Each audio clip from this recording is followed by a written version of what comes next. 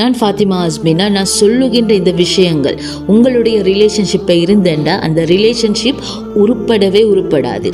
முதலாவது விஷயம் ஈகோ. ஒரு கணவன் மனைவியாக இருக்கட்டும், இல்லை ஒரு நல்ல ஒரு ஃப்ரெண்ட்ஷிப்பாக இருக்கட்டும், ஈகோன்றது இருக்கவே கூடாது.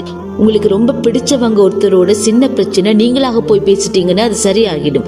ஆனால் நான் எதுக்கு போய் பேசணும், என் மீது எந்த தவறும் இல்லையே அப்படி என்ற ஒரு தலக்கணத்தில் அந்த ரிலேஷன்ஷிப்பும் காலப்போக்கில் காணாமல் போய்விடும். அடுத்ததாக பொய் சொல்றது, ஏமாற்றுறது. ஒரு நல்ல ஒரு ரிலேஷன்ஷிப்ல இது இருக்கவே கூடாது. ஒருத்தரை அடைஞ்சு கொள்றதுக்காக பொய் சொல்றது, அவங்கள தக்க வச்சு கொள்ளணுன்றதுக்காக பொய் சொல்றது, எதையாவது அவங்க கிட்ட இருந்து பறிச்சு கொள்றதுக்கு அவங்கள ஏமாத்துறது, இவைகளை பண்ணாதீங்க. கசப்பாக இருந்தாலும் உண்மையை பேசுங்க. நீங்க உண்மை பேசுறதுனால ஒரு உறவு உங்களை விட்டு போனாலும் பரவாயில்லை, உண்மையை பேசுங்க. அந்த தருணத்துல உங்களுக்கு கஷ்டத்தையும் கவலையையும் ஏற்படுத்தினாலும் காலப்போக்குல உங்களை பத்தின நல்ல எண்ணத்தையும் நம்பிக்கையையும் தோற்றுவிக்கும். என்னதான் இருந்தாலும் என்கிட்ட பொய் சொல்லலையே என்ற ஒரு நல்ல எண்ணத்தை நம்பிக்கையை அவங்களுக்குள்ள தோற்றுவிக்கும். நிச்சயமா திரும்பி உங்ககிட்ட வருவாங்க. அப்படி அந்த உறவு வந்துச்சுன்னு சொன்னா அது கடைசி வரைக்கும் நிலையாக இருக்கும்.